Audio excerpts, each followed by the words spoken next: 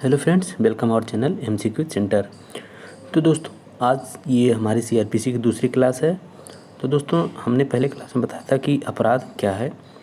हमने उसको उसमें परिभाषित किया था कि कौन से कार्य और कौन से जो हैं आपके ओमिशन जो है, एक्ट एंड ओमिशन, कौन अपराध माने जाते हैं और इसका कहाँ कहाँ पर आईपीसी में वर्णन किया गया है, ठीक है, और कहाँ पर इसका अन्य जगहों पर कहाँ पर वर्णन है।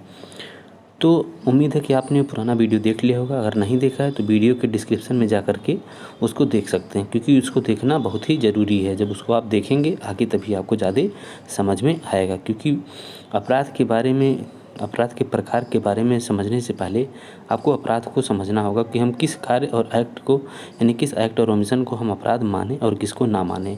उसी के हिसाब से आप समाज में देख कर के किसी भी चीज़ की डिसाइड कर सकते हैं, किसी भी चीज़ के बारे में बता सकते हैं कि अपराध है। तो दोस्तों, आगे बढ़ते हैं। इसमें हम आपको बताएंगे आज अपराध के प्रकार। और अपराध के प्रकार में जैसे आप देख रहे होंगे स्क्रीन पर, तो अपराध और मामला में अंतर भी बताऊंगा मैं आपको। और जमानतीय अजमानतीय अपराध क्या है, यानी कि bailable and non bailable offence किसे कहते हैं, संज्ञेय और असंज्ञेय अपराध किसे कहते हैं, यानी कॉग्निजेबल और नॉन कॉग्निजेबल ऑफेंस किसे कहते हैं। इसमें हम आपको ये भी बताएंगे कि समन मामले किसे कहते हैं और वारंट मामले किसे कहते हैं। ठीक आगे समनीय और असमनीय मामले किसे कहते हैं, यानी कि कंपाउंडेबल और नॉन कंपाउंडेबल ऑफेंस किसको कहते हैं। तो उम्मीद है दोस्तों कि आपको वीडियो पसंद आएगा। और यह वीडियो दोस्तों, मैं बता रहा हूँ आपको कि उत्तर प्रदेश जो है हायर जुडिशरी का एग्ज़ाम जो होने वाला है, उसके प्री और मेंस दोनों में ये बहुत महत्वपूर्ण भूमिका निभाएगा। और बिहार पीसीसी का जो मेंस होने वाला है उसमें भी ये बहुत ही महत्वपूर्ण भूमिका निभाएगा। तो अगर आप लोग हमारे साथ वीडियो को देखेंगे, अगर आपका अच्छा रिस्पांस रहा, आगे वीडियो फिर मैं लेकर के आऊँगा, क्योंकि वीडियो मुझे उम्मीद है कि पसंद आएगी। मैंने इसमें अच्छा करने की कोशिश की है। तो आगे स्टार्ट करते हैं दोस्तों, बिना देर किए हुए। अगर सब्सक्राइब नहीं किया आपने तो सब्सक्राइब कर लें, लाइक कर लें, दोस्तों के पास शेयर करना ना भूलें। और हमारे टेलीग्राम चैनल जो कि एमसीक्यू सेंटर के नाम से है, और एक टेलीग्राम ग्रुप भी है जो कि है लीगल एग्ज़ाम ग्रुप। किस नाम से है वो है लीगल एग्ज़ाम ग्रुप के नाम से है। इसमें दोस्तों आप कोई भी चीज़ें डिस्कस कर सकते हैं, उसको क्वेश्चन पूछ सकते हैं, उसका आंसर आपको प्रॉपर मिलेगा। और वीडियो के कमेंट बॉक्स में भी आप कमेंट करके क्वेश्चन पूछ सकते हैं, उसमें भी आपको प्रॉपर आंसर दिया जाएगा जो भी आपकी प्रॉब्लम हो। तो स्टार्ट करते हैं दोस्तों। तो इसमें दोस्तों हम आपको अपराध के प्रकार, तो इसको दोस्तों दो प्रकार में डिवाइड किया गया है। ठीक, अपराध को दो उसमें डिवाइड किया है। किस में, यानी कि इसको जो क्लासिफिकेशन इसका दो में। पहला क्या है, जमानती और अजमानती अपराध में, यानी available and non available offence, जो कि दंड प्रक्रिया संहिता की धारा 2 का, यानी कि 2A में इसको परिभाषित किया गया है। दूसरा है आपका संज्ञेय और असंज्ञेय अपराध, यानी कि कॉग्निजेबल और नॉन कॉग्निजेबल ऑफेंस, जिसे दंड प्रक्रिया संहिता की धारा 2 और 2 में परिभाषित किया है। अगर इसको इंग्लिश में हम कहें तो 2C और 2L में इसको डिफाइन किया गया है।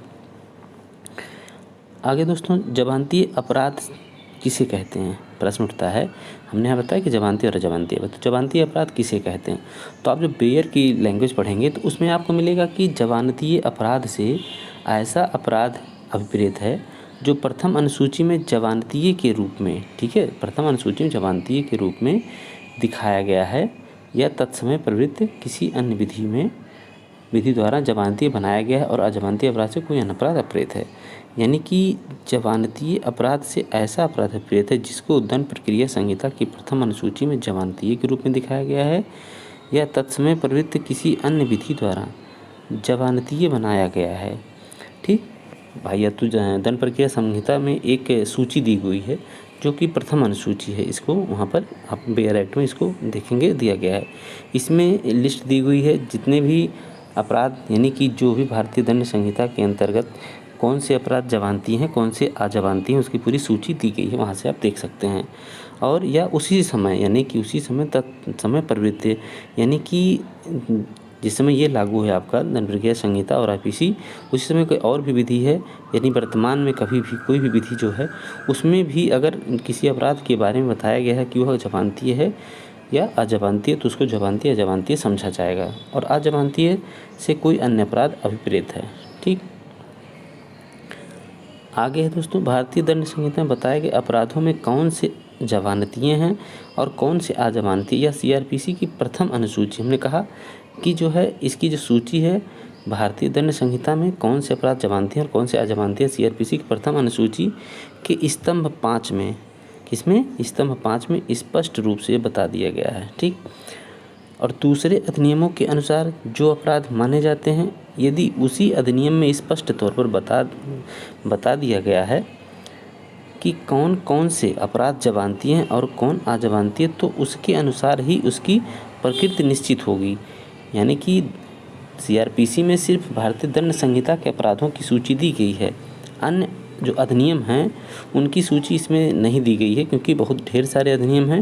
यह संभव नहीं है कि सभी अधिनियमों के अपराधों में, मतलब नियमों में जो अपराध जिनका जिक्र किया गया है, जिनका उपबंध किया गया, उनको यहाँ पर सूची में रखा जा सके। तो वहाँ प्रथम अनुसूची के अंत में एक स्पष्टीकरण दे दिया गया है कि अन्य अधिनियमों में कौन से अपराध, अगर मान लीजिए तो उसी अधिनियम में, भाई जो अन्य अधिनियम है या तो उसी में बता दिया गया है कि यह अपराध जमानती होगा और या अजमानती, तो उसके हिसाब से उसकी प्रकृति को निश्चित किया जाएगा। अब समस्या तब आती है दोस्तों कि जब किसी अधिनियम में अपराधों की प्रकृति जो है, समस्या तब आती है जब किसी अधिनियम में अपराधों की प्रकृति के बारे में स्पष्ट तौर पर कुछ नहीं लिखा रहता है कि वह जमानतीय हैं या अजमानतीय। तो फिर इसका निर्धारण कैसे होगा कि कोई अपराध जमानतीय है या कोई अपराध अजमानतीय नहीं है। तब ऐसी स्थिति में दोस्तों, तब ऐसी स्थिति से निपटने के लिए हम दंड प्रक्रिया संहिता की प्रथम अनुसूची के अंत में बताए गए सिद्धांत का सहारा लेते हैं। ठीक है, वहाँ जो है दंड प्रक्रिया संहिता के अंत में एक सिद्धांत बताया गया जिसका हम सहारा लेकर के उसका निर्धारण करते हैं, जिसके अनुसार जो है यदि कोई अपराध 3 वर्ष से कम के कारावास या केवल जुर्माने से, किससे, या केवल जुर्माने से दंडनीय है, तो वह जमानतीय अपराध माना जाएगा और उससे ज़्यादा के दंडनीय शेष सभी अपराध अजमानतीय माने जाएंगे। तो ये हमने देखा कि अगर मान लीजिए कि किसी की सूची उसमें नहीं दी गई है, मान लीजिए, तो अगर किसी भी अधिनियम में इसके बारे में नहीं बताया गया है कि वह जमानतीय होगा क्या जमानतीय, तो इसके लिए सीआरपीसी यानी कि दंड प्रक्रिया संहिता के प्रथम अनुसूची के अंत में एक सिद्धांत दे दिया गया है कि एक मोटा कम से कम आप ये मानक बना लें कि जो अपराध 3 वर्ष से कम के कारावास या केवल जुर्माने से दंडनीय हैं, तो वह जमानतीय अपराध माना जाएगा और शेष सभी जो हैं अजमानतीय माने जाएंगे। आगे दोस्तों बढ़ते हैं। तो हमने कहा कि प्रथम अनुसूची, तो ये सीआरपीसी की आप देख रहे हैं कि प्रथम अनुसूची है, ये सीआरपीसी की जो है ये प्रथम अनुसूची, यहाँ पर मैंने इसको आपके सामने समझाने के लिए रख दिया है। अब इसमें देखिए ये स्तंभ बने हुए हैं, एक में धारा दिया हुआ है, इसमें अपराध है, उस धारा में क्या अपराध है, इसमें उस जो सेक्शन है उसमें जो अपराध किया उसके लिए कितना दंड है, और यहाँ पर दिया है चौथे स्तंभ में जो है संज्ञेय और असंज्ञेय किसको हम मानेंगे, किस अपराध को। तो देखिए 5वें स्तंभ में जमानतीय और अजमानतीय के बारे में रखा गया है कि कौन से अपराध जमानतीय होंगे और कौन से अपराध अजमानतीय। एक चीज़ और आप साथ में जान लें कि छठा स्तंभ, जो 6 स्तंभ इसमें दिए गए हैं, इसमें बताया गया कि कौन सा अपराध किस न्यायालय द्वारा विचारण किया जाएगा। तो आगे इसमें देख सकते हैं कि देखिए जैसे ये है कि आपका जो आईपीसी की, सब आईपीसी के सेक्शन इसमें बताए गए हैं और किसी भी अधिनियम के सेक्शन इसमें नहीं बताए गए हैं।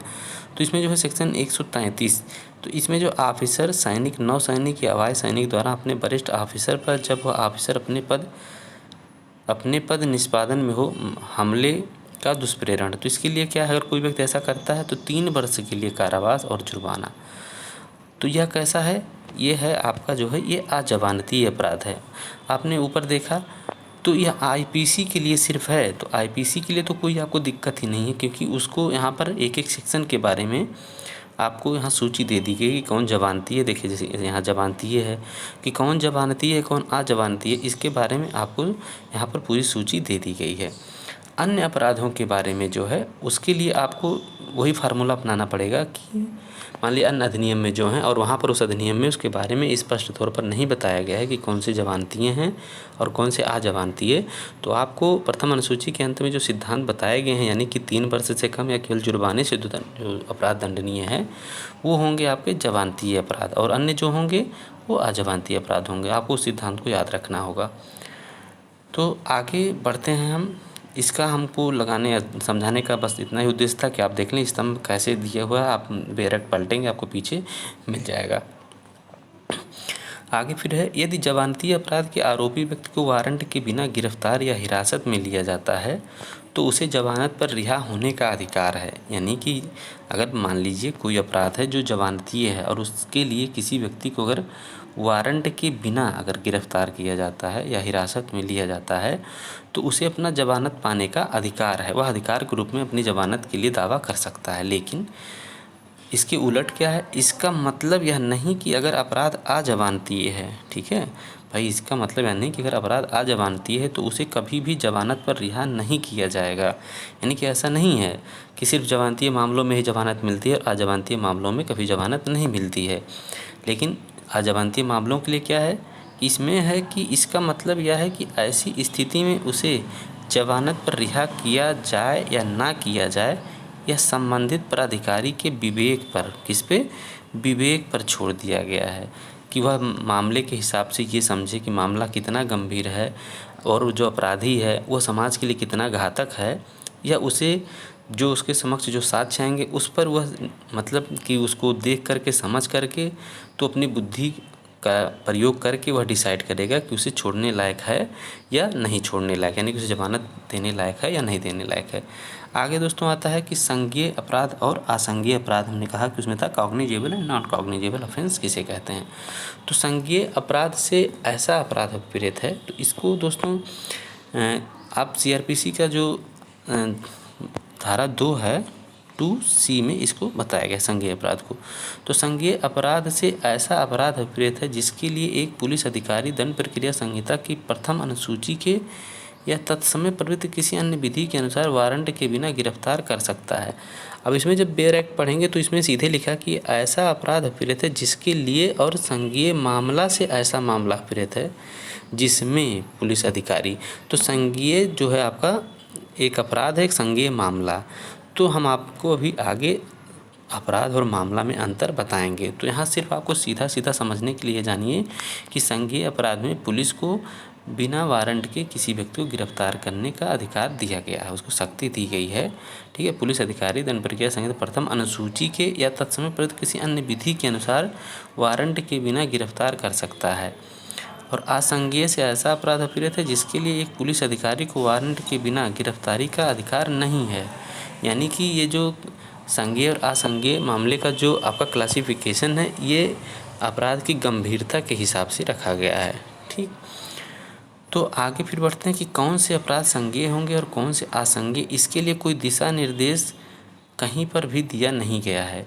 यह सब इस बात पर निर्भर करता है किसी दंड प्रक्रिया संहिता की पहली अनुसूची में संज्ञेय या असंज्ञेय के रूप में दिखाया गया है या नहीं।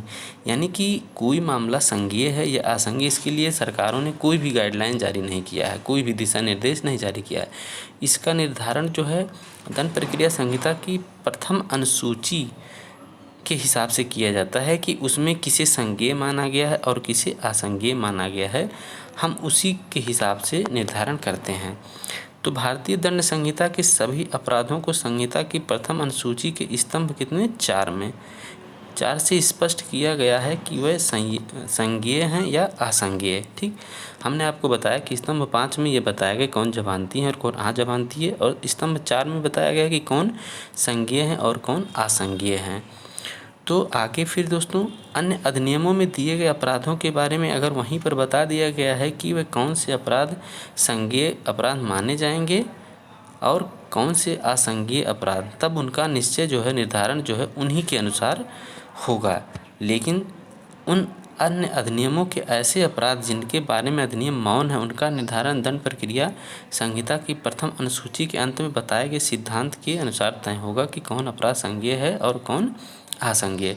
तो जैसा कि जमानती और अजमानती अपराध के मामले में था, वैसा ही इसमें भी है कि अगर मान लीजिए आईपीसी के जितने अपराध हैं, जितनी सेक्शन, उनके बारे में तो इस सूची में बता दिया गया है, प्रथम अनुसूची में सीआरपीसी के।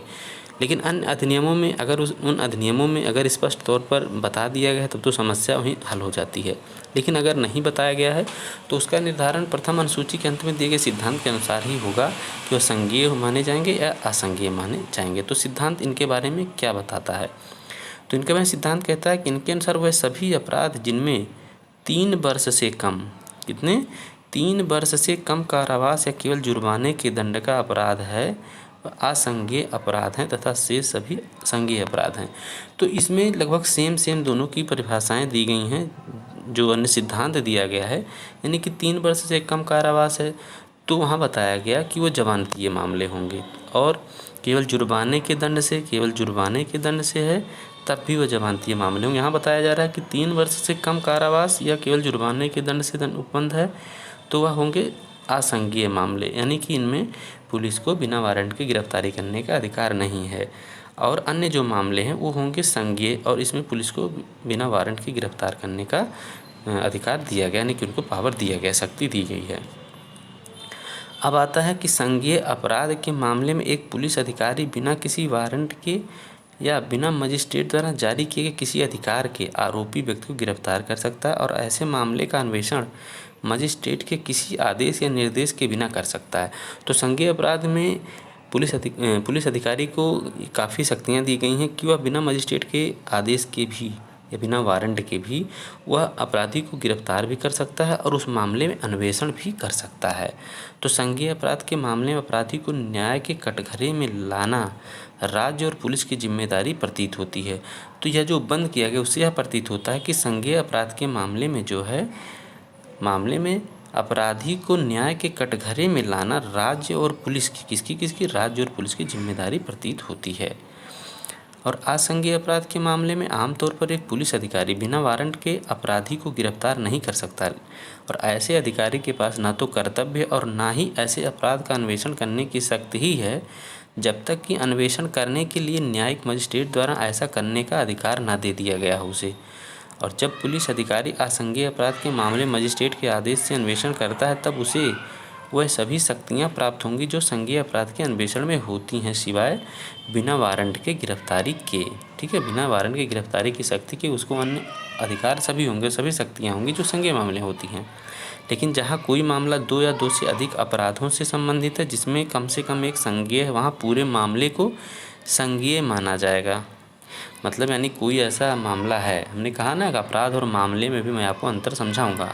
तो यहाँ पर आप देख लीजिए कि अगर कोई मामला है जिस मामला 2 या 2 से अधिक अपराधों से संबंधित है जिनमें कम से कम एक संज्ञेय है, वहाँ पूरे मामले को संज्ञेय माना जाएगा, भले ही अन्य अपराध असंज्ञेय हो, और पुलिस अधिकारी को बिना वारंट गिरफ्तार करने की और मामले के अन्वेषण की स्वतंत्र शक्ति होगी। तो आगे दोस्तों हमने कहा कि जो सिद्धांत वहाँ पर बताया कि कौन मामला संज्ञेय होगा और कौन असंज्ञेय होगा, तो वो अन्य अधिनियमों के लिए बताया गया है। लेकिन आप भारतीय दंड संहिता में अगर जब देखेंगे तो यहाँ पर देखिए, ये स्तंभ आपका 4 है। हमने कहा कि स्तंभ 4 में बताया गया है कि कौन से मामले संज्ञेय होंगे और कौन से असंज्ञेय। स्तंभ 4 में प्रथम अनुसूची के सीआरपीसी के प्रथम अनुसूची में बताया गया, तो यह स्तंभ 4 है।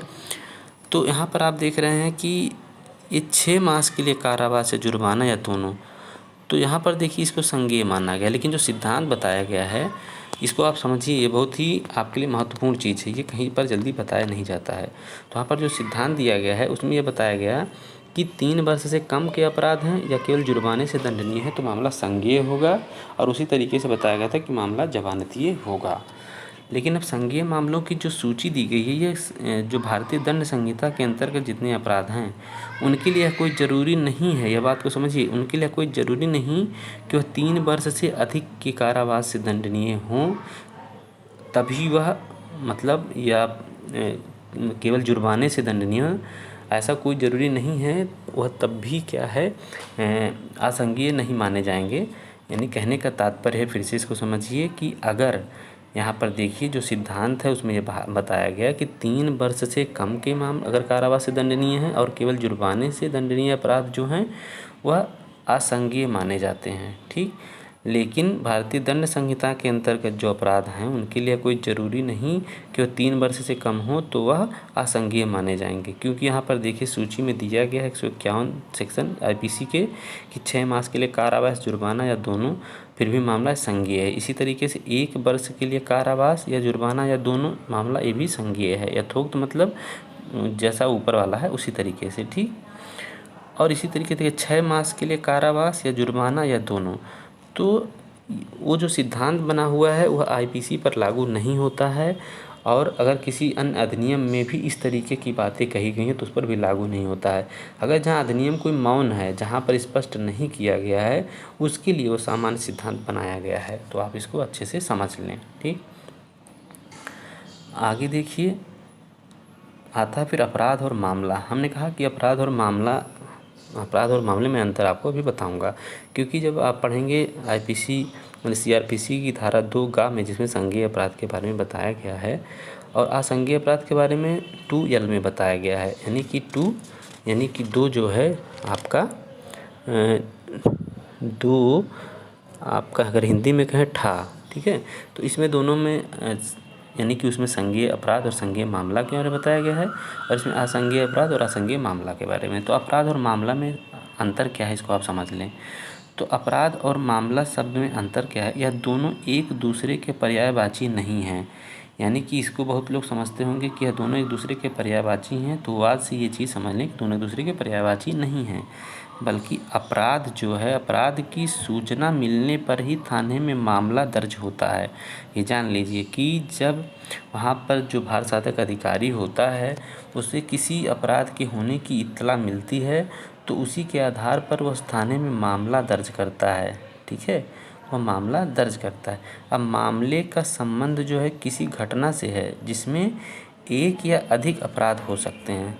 यहाँ पर ये ध्यान देने वाली बात है कि मामले का जो संबंध है किसी घटना से है।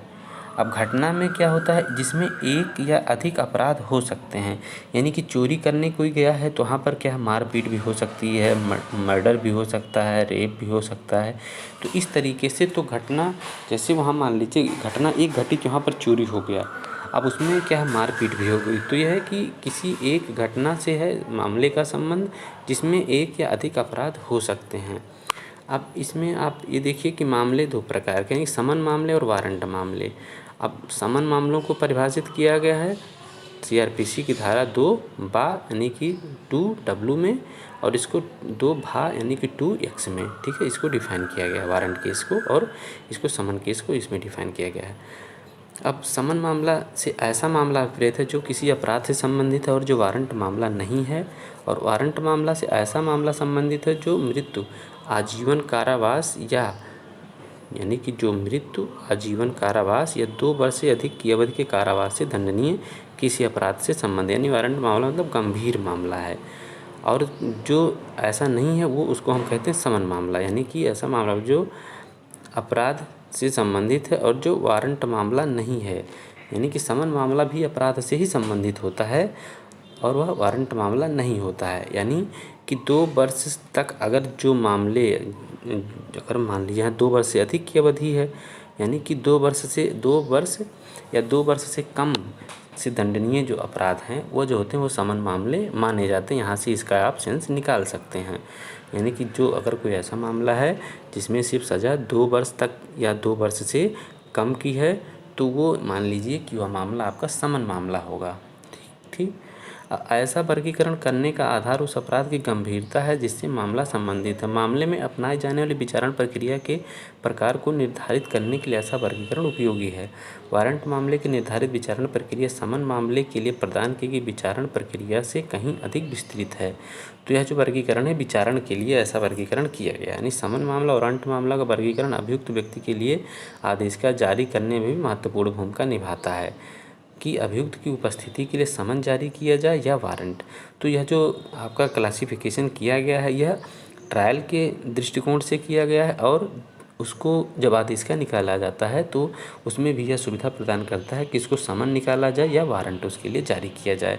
एक समन मामले में समन जारी किया है तो वारंट मामले में वारंट जारी किया जा सकता है। ठीक, ये 204 में आपका बताया गया है सेक्शन। अब आगे देखते हैं, आपने और सुना होगा कि समनीय और असमनीय अपराध किसे कहते हैं।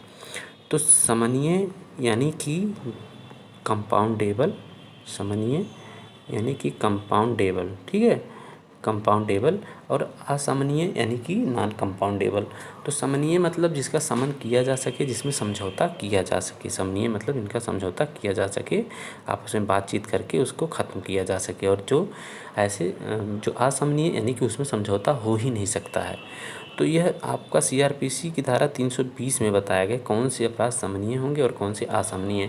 तो समनीय अपराध इसमें लिस्ट दी हुई है, इसकी कोई उस हिसाब से डिफिनीशन नहीं दी हुई है। जैसे संज्ञेय मामलों का दिया हुआ था कि उसमें आईपीसी की जो सीआरपीसी की दंड प्रक्रिया संहिता प्रथम अनुसूची में किसी संज्ञेय बताया, किसी असंज्ञेय, उसी तरीके से इसकी भी सूची दी गई कि कौन समनीय होंगे और कौन मामले समनीय होंगे। और जो समनीय नहीं है उसको आप मान लीजिए कि वो असमनीय ही हैं। तो इसमें दो प्रकार के होते हैं। एक होता है कि जो पक्षकार आपस में समझौता करके कर लेते हैं। दूसरा जो है न्यायालय की अनुमति से ही पक्षकार आपस में समझौता करते हैं। न्यायालय अगर अनुमति नहीं देता है तो उस मामले में समझौता नहीं हो सकता है।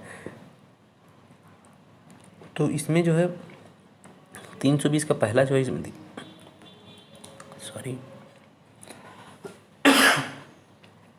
सॉरी तो इसमें जो है नीचे दी गई सारणी के प्रथम 2 स्तंभों में विनिर्दिष्ट भारतीय दंड संहिता की धाराओं के अधीन दंडनीय अपराधों का समन उसी सारणी के तृतीय स्तंभ में उल्लिखित व्यक्तियों द्वारा किया जा सकता है।